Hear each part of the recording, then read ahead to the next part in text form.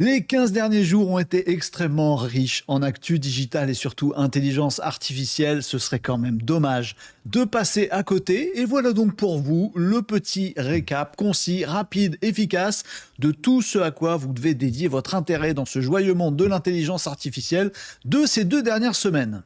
Et à tout seigneur, tout honneur, on commence par OpenAI, qui n'a pas chômé ces derniers jours avec de multiples sorties qui sont disponibles d'ailleurs pour tout le monde. On notera donc l'arrivée de la gestion de la mémoire, c'est qu'il y a de la mémoire vive et de la mémoire morte, on va dire ça comme ça, du côté de chez ChatGPT, donc parfois il enregistre des choses en mémoire, et on attendait avec impatience qu'il puisse aller piocher dans les anciennes conversations que nous avons eues avec ChatGPT pour aller en retirer des éléments, qu'on soit pas obligé de retaper les prompts à chaque fois. Et ben ça y est, c'est disponible, c'est 2 types de mémoire disponibles dans vos paramètres sur ChatGPT, vous irez voir ça et activer ce que vous voulez.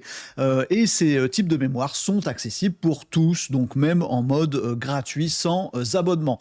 C'est une petite chose, il y a aussi des grosses choses qui sont sorties du côté de chez OpenAI. Alors bien sûr, on pensera à Codex. Codex, c'est, vous avez le petit lien d'ailleurs quand vous ouvrez votre ChatGPT directement vers Codex, c'est un agent autonome qui vous aide à faire du développement, à faire du code. Vous savez que c'est une bataille énorme entre tous les GoMax, les Google, OpenAI, Meta, Mistral, Anthropic et xAI, tous les grands fabricants d'intelligence artificielle. C'est la grosse bataille en ce moment de celui qui arrivera à séduire au mieux les développeurs qui feront les applications de demain. Et ben OpenAI a sorti donc Codex, donc un environnement fait pour les développeurs, connecté à GitHub et tout un tas de choses avec lequel vous allez pouvoir développer et multiplier donc vos capacités de développement avec les IA de chez OpenAI. Et puis une grosse nouveauté. Là, celle-ci grand public, malheureusement pas encore arrivée en France, mais c'est en train d'être développé, d'être déployé un petit peu partout. Ça va arriver en France très prochainement et on aurait tort de passer à côté dès maintenant. Vous pouvez y accéder avec un VPN, à ce dont je vais vous parler maintenant. Donc vous vous faites passer avec un VPN pour étant au Canada, par exemple, avec votre compte OpenAI et ça fonctionne très bien. Vous allez donc découvrir dans les recherches avancées de chez ChatGPT la possibilité de vous connecter à tout un tas d'outils. Il y a plein d'outils qui sont disponibles déjà, il y en a quelques-uns. Il y a ceux de Google notamment, donc Google Gmail par exemple, Google Calendar, Google Drive, vos documents sur Google, vos mails sur Google, votre calendrier sur Google, tout ça est connectable à votre ChatGPT. Microsoft, le copain d'OpenAI et pas en reste, vous allez pouvoir connecter aussi les outils Outlook par exemple et autres de chez Microsoft. Et puis quelques autres qu'on voit apparaître, des applicatifs, par exemple des CRM, bien connus, disponibles dans les connexions. Et la possibilité d'ajouter d'autres connexions et de les paramétrer absolument comme on veut. Il faut être un petit peu geek, mais à partir de maintenant, vous pouvez connecter directement votre chat GPT en ligne avec tous les outils que vous souhaitez. Et ça va déclencher quelque chose d'absolument dingue. 2025, c'est l'année de l'agentique, des agents IA. Et ben ça y est, concrètement, ils arrivent, ils sont en train d'arriver, pas encore en France, chez OpenAI, donc pour le grand public. Les IA de chez OpenAI, les chats GPT, vont être capables maintenant d'agir, j'allais dire d'interagir, parce que ça va dans les deux sens, de regarder vos mails, de voir si vous avez des mails à résumer, des mails à classer en lu, des mails intéressants, des mails pas intéressants, des mails à retrouver dans votre historique, et puis il va être capable de passer à l'action, de rédiger des mails directement, sans avoir besoin d'aller dans votre boîte mail. Vous allez chatter avec ChatGPT, une fois que cette connexion est établie, vous allez lui dire, ben voilà, traite mes mails, et il va traiter vos mails directement. Les capacités de production de texte de chez des modèles de chez OpenAI sont maintenant capables d'agentique, comme beaucoup de leurs confrères et concurrents, et bien ils vont pouvoir être agentiques, donc passer à l'action dans vos outils. Et c'est un vrai gros game changer, notamment quand on pense qu'on peut imaginer tout ce qu'on veut, donc avec les MCP, un protocole de discussion avec n'importe quel outil ou base de données. Donc là, très prochainement, dans les mois qui viennent, on va pouvoir faire des grosses dingueries avec notre petit ChatGPT. Il faut que vous regardiez ça avec un petit VPN pour l'instant, parce que vraiment, ça va être un gros bouleversement dans notre usage quotidien et grand public de l'IA. Vous allez pouvoir faire bosser votre ChatGPT comme un super copilote. Vous allez juste lui donner des indications et il va faire à votre place. Aujourd'hui, il faut qu'on lui demande de créer du contenu, puis après, on bosse pour aller le mettre ici ou là. Bah, demain, vous allez pouvoir juste lui demander de faire et il va faire tout simplement. Un vrai game changer, ne passez pas à côté de celui-là. Ces dernières semaines, on a aussi beaucoup parlé de VO3. Vous savez, l'IA générative de vidéo de chez Google, qui est sortie maintenant il y a plusieurs semaines, mais qui fait un carton. C'est le moment Midjourney qu'on a vécu à l'époque de Midjourney. On s'est dit, waouh, une IA peut faire des photos. On dirait que c'est des vraies photos. Et ben là, on a un moment Midjourney avec VO3. Bah, maintenant, une IA est capable de faire des vidéos et des vraies vidéos de superbe qualité, promptables exactement comme on veut et qui ont maintenant du son. Donc, ce sont des vidéos qui vont être générées avec du son d'ambiance, des bruits de petits oiseaux si vous êtes dans la forêt, des musiques de fond même, et puis des voix, jusque des voix en français. Vous pouvez lui demander, un journaliste qui interviewe un sportif, il va vous faire l'interview par le journaliste de ce sportif. Donc tout est inclus et c'est absolument bluffant. Certains s'en inquiètent parce que ça devient tellement réaliste et tellement pro et tellement complet que à quoi bon tourner encore des vidéos puisqu'on a VO3. On va voir ce que ça va devenir, mais il ne faut pas passer à côté de VO3. Bien sûr, là aussi, en France, c'est un petit peu compliqué, mais VO3, il y a plein de façons maintenant de l'avoir, soit avec un VPN, soit vous pouvez regarder du côté de Replicate. C'est une plateforme que j'aime beaucoup. Replicate, ça vous permet d'utiliser et de tester tout un tas d'intelligence artificielle, de modèles IA dans tous les domaines, vidéo, images, texte, 3D, tout ce que vous voulez, en ayant juste un compte Replicate, en payant à l'usage de ce que vous faites. Généralement, c'est vraiment rentable par rapport à des abonnements et vous avez tout au même endroit dans quel que soit le pays dans lequel vous vous trouvez. Donc allez voir sur Replicate, vous avez VO3 qui est disponible si vous avez envie de le tester. Mais là aussi, c'est un vrai game changer et c'est en train d'envahir la toile avec ces vidéos générées par VO3 de Google et qui sont maintenant capables de faire vidéo hyper quali plus audio avec un S à audio. C'est génial. Et dans le domaine de la création assistée par l'intelligence artificielle, ou complètement faite d'ailleurs par l'intelligence artificielle, ces dernières semaines ont été extrêmement riches. Donc il y a partout des nouveautés, notamment fonctionnelles. Il y a par exemple Kling 2.1 qui est sorti, générateur de vidéos, qui permet aussi de faire des modifications de vidéos, voire même du face swap. Donc vous pouvez mettre une vidéo, mettre une image et dire, tiens, dans cette vidéo, tu enlèves tel élément, ou tu rajoutes tel élément, ou tu remplaces le visage de quelqu'un par quelqu'un. On a Agen. Agen, c'est le spécialiste des avatars vidéo.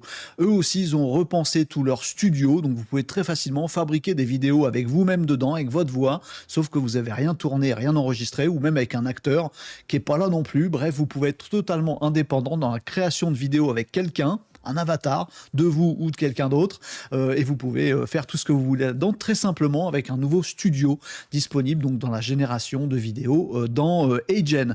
Vous avez également Flux. Je ne sais pas si on dit Flux, donc l'IA générative d'images, cette fois allemande, qui a sorti un nouveau modèle qui s'appelle Flux Context, avec un K, K-O-N-T-E-X-T, et ça aussi, c'est un modèle bluffant et qui crée un nouveau pas franchi dans le domaine de l'IA d'image, puisque Flux Context, comme son nom l'indique, respecte vachement bien le contexte. Qu'est-ce que ça veut dire? Ça veut dire que concrètement, contrairement à toutes les IA génératives d'images qu'on connaît aujourd'hui, y compris dans GPT-4o ou ailleurs, même les plus balèzes, si vous faites une photo de vous ou une photo, une ancienne photo de vos arrière-grands-parents et que vous dites colorise-moi ça ou change-moi un détail ou repeaufine l'image bien comme il faut, il va faire le boulot mais il va changer l'image. Il va régénérer toute l'image. En fait, il va prendre l'image, il va la décomposer en un prompt et puis il va ressortir ce prompt avec les modifs que vous lui avez demandé. Mais il change des choses, c'est pas parfait. Et bien sûr, Flux Context, c'est parfait. À la fois sur le visuel et également sur le texte que vous pouvez avoir incrusté dans le visuel. C'est-à-dire que vous pouvez très bien prendre une affiche graphique, vous la donnez à Flux Context et vous lui dites change-moi juste un mot dedans, il sait le faire. Change-moi juste la couleur de fond, il sait le faire. Rajoute-moi juste de la colorisation si c'est en noir et blanc, il sait le faire et il ne déforme absolument rien. Vous devez aussi tester ce Flux Context, disponible aussi sur Replicate d'ailleurs, également sur leur site, parce que vraiment, en termes d'IA générative d'images, je sais qu'il y a tout le temps des nouveautés et qu'on a du mal à suivre. Je vous indique celles qui sont vraiment game changer pour la suite, et Flux Context est un game changer là-dessus. Vous allez adorer le tester, donc testez-le aussi. Et mis à part Google, qui doit souffler après toute sa vague d'annonces d'il y a 3 semaines, tous les autres sortent aussi leurs nouvelles fonctionnalités et leurs nouvelles améliorations. C'est le cas de Claude chez Anthropic, Claude 4, ils ont sorti d'ailleurs aussi leur outil de code code, donc d'assistants de codage hyper performants. Vraiment, ça se bataille au plus haut niveau là-dessus. Et si vous faites du développement, du code, je vous invite vraiment à aller voir du côté de Claude 4 et de leur assistant capable de coder parce que c'est vraiment bluffant là-dessus. Alors si d'ailleurs je vous ai dit que Google se reposait un petit peu, pas tout à fait. Ils ont sorti un truc qui est vraiment super pour l'inclusion et pour globalement l'IA au service de l'humain, parce que tout ça peut faire un petit peu peur, on peut se sentir dépassé. Parfois c'est bien de voir de l'IA qui nous sert, nous, en tant qu'humains avec nos relations sociales, et c'est le cas de SignGEMA, S-I-G-N et Gemma, G-E-2-M-A, le nom des modèles de chez Google, un modèle capable de décoder la langue des signes. Donc vous pouvez filmer quelqu'un qui s'exprime en langue des signes et automatiquement, il regarde les lèvres, les expressions du visage, bien sûr les mains, les bras, et ça décode voilà, le langage des signes en phrasé. Et c'est vachement bien ce genre de choses. Il y a également un modèle qui a défrayé, c'est plutôt un outil, qui a défrayé la chronique récemment, c'est Synthesis. Synthesis, c'est un prof de maths intelligence artificielle. Là aussi, je vous encourage à aller regarder sur YouTube Synthesis, S-Y-N-T-H-E-S-I-S. C'est une boîte qui a été fondée sous l'impulsion d'Elon Musk. Alors, c'est qu'on dit que du mal d'Elon Musk et on a parfois raison.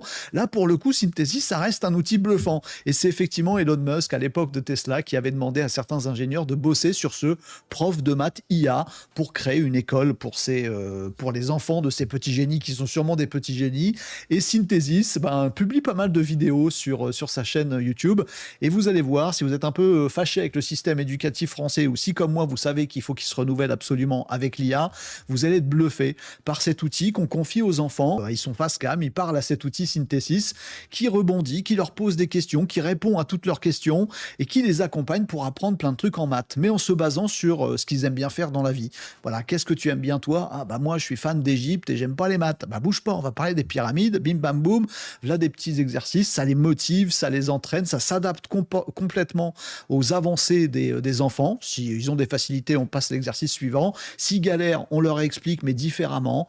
Voilà, c'est assez génial et c'est bluffant de pédagogie, cette IA Synthesis, prof de maths. Alors, il n'y en a que pour les Américains dans tout ça. On peut se demander où est la France. La France est là, avec une pépite qu'on savait être en train de couver depuis plusieurs mois maintenant, puis presque 1 an et demi, qui s'appelle la H Company. H comme la lettre H, c'est très, très relou à taper dans Google, mais ça fonctionne. Ils ont enfin sorti leur outil qui s'appelle Runner H. R-U-2-N-E-R. H. Runner H, c'est une pépite de la French Tech. Ça va être peut-être le petit frère de Mistral, puisqu'on a déjà notre champion de l'IA qui est Mistral. On en a peut-être un deuxième qui serait le champion de l'agentique pour le coup, puisque Runner H a lancé son outil, la H Company a lancé Runner H, son outil, qui est accessible en ligne. Vous pouvez le tester dès maintenant. Et il est capable de mener à bien des tâches complètes et complexes directement en autonomie. C'est vraiment un super agent complètement autonome. Vous lui demandez un truc et il va faire les choses, mener des recherches, chercher des prospects pour vous sur LinkedIn, les relever tous, les mettre dans un tableau Excel et pourquoi pas leur envoyer un petit mail, etc., etc. Cet outil est bluffant de puissance. Alors on connaissait déjà des outils très dérangeants comme ça parce qu'ils sont tellement capables de faire des choses énormes sans nous que ça peut nous intriguer. On connaissait GenSpark, Manus, des outils internationaux qui ont défrayé la chronique. Et ben voilà, on a notre champion français maintenant et ça s'appelle donc Runner H. Vous pouvez aller chercher ça et puis testouiller. Vous avez 10 tests possibles dans Runner H et imaginez tout ce que vous pourriez lui faire faire. Là, clairement, vous le faites travailler à votre place. Retenez ce nom, ça s'appelle Runner H, c'est français et ça nous fait rentrer dans le siècle d'après, dans la marche d'après de ce fameux agentique, mais cette fois-ci complètement autonome, complet et complexe, l'IA qui travaille à votre place. Alors pour faire une petite parenthèse complémentaire là-dessus, sachez-le aussi, la France travaille beaucoup sur sa souveraineté numérique et il y a eu quelques annonces également ces derniers temps, notamment avec Quant qui a racheté Lilo, donc des acteurs un peu méconnus, un peu les parents pauvres du web, mais qui sont très costauds et qui sont très existants dans tout ce qui est navigation web, index du web. La France fait beaucoup d'efforts là-dessus et on est en train de se renforcer. Donc on espère qu'il n'est pas trop tard et qu'on va réussir à faire du web souverain. C'est le cas aussi du côté de chez Mistral qui commence à passer des gros accords avec SAP par exemple, le gros éditeur allemand, avec Capgemini sur les services. Voilà, Mistral est en train de vraiment se développer énormément, notamment dans dans tout ce qui est IA en interne installé dans les entreprises. Donc il y a plein d'accords comme ça qui sont en train d'être passés. La France rame un peu, mais elle a ses atouts, elle a ses champions et on continue à avancer en espérant atteindre une relative au moins souveraineté numérique. C'est important de le noter aussi. Et puis, il y aurait encore tellement à dire sur le sujet de l'intelligence artificielle, mais on va essayer de faire court. Mais si vous vous intéressez à tout ça, suivez Renaud Décode régulièrement. On a des lives 3 fois par semaine. On a le site web renaud-décode.fr. On a voilà, tout ce qu'il faut pour que vous chopiez plein d'informations, comme par exemple celle de YouTube qui nous a fait une annonce il y a quelques temps en nous expliquant que l'intelligence artificielle allait maintenant gérer toute la publicité sur YouTube, histoire de vous mettre des messages publicitaires pile au moment les plus dramatiques des vidéos que vous êtes en train de regarder. C'est génial, non?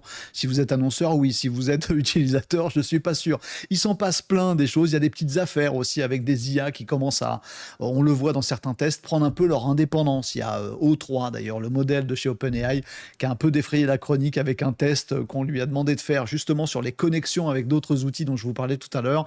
On lui a donné des connexions à une boîte mail et il a été regarder des petits trucs indiscrets, histoire de mettre la pression sur les utilisateurs humains, pour le coup, de cette logique avec O3, histoire qu'ils n'éteignent pas O3. Donc, parfois, on peut se dire, on commence à avoir des histoires où les IA commencent à prendre leur indépendance. On n'en est pas là, rassurez-vous. Mais il y a plein d'autres choses dans ce domaine foisonnant. Donc, vous irez retrouver tout ça sur Renaud Décode si ça vous intéresse. Et je termine ce récap rapide, j'avais dit rapide, concis, pour vous donner l'essentiel. Ça aussi, c'est essentiel, donc je termine là-dessus. C'est pas directement de l'IA, mais il y en a dedans.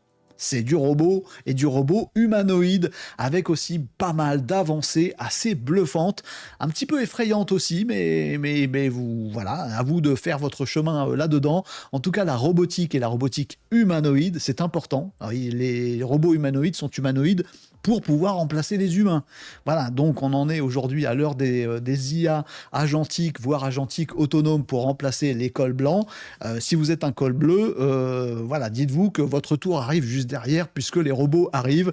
C'est le cas notamment chez Amazon, qui a construit du côté de San Francisco, si mes souvenirs sont bons, toute une sorte de ville avec, voilà, reproduite, un petit village, quelques rues reproduites, avec des obstacles, avec des maisons, avec des portes, etc. Pour faire quoi? Pour tester la livraison sur le dernier kilomètre, qui est faite par des humains, avec des camions. Il coûte très cher, le dernier kilomètre de livraison, quand on est un gros e-commerçant comme Amazon. Eh bien, ils sont en train de tester la livraison des derniers mètres, même jusqu'à votre porte, par des robots humanoïdes. Donc, dans cet endroit, du côté de San Francisco, pour les tester et s'assurer que ils vont bien pouvoir s'en sortir. Et c'est les Unitree G1, donc des robots hyper performants chinois qui sont utilisés dans cette expérimentation. Si ça va à son terme, vous aurez demain des robots livreurs humanoïdes qui se baladeront sur nos trottoirs et dans nos villes. C'est quand même assez bluffant tout ça. Et du côté des Américains, puisque là Unitree c'est chinois, mais bon, après Amazon c'est américain, ils se débrouillent entre eux, ils font leurs petites affaires. Ils sont tous concurrents et partenaires, hein. Faut arrêter de chercher dans tout ça. Du côté des Américains, pour le coup, c'est Atlas, donc qui a fait beaucoup de progrès. Donc le robot Atlas, qui est maintenant doté d'une intelligence artificielle à compréhension instantanée. C'est-à-dire que ce robot humanoïde, il est capable de se débrouiller sans être programmé.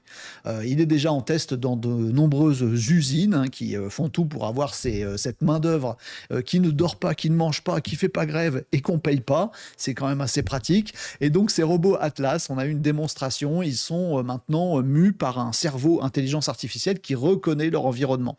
Si on leur dit, voilà, toutes les pièces qui sont là, il faut les ranger là-bas, dans les tiroirs qui sont là-bas, il comprend tout. C'est-à-dire qu'il est capable de dire les pièces qui sont là, il m'a montré par ici, ça doit être ça, de les reconnaître une par une, de s'en saisir, de les modéliser en 3D par rapport à sa vision, qui est maintenant une vision stéréo, avec aussi une logique de profondeur. Il est capable de s'en saisir et d'aller les ranger dans les tiroirs.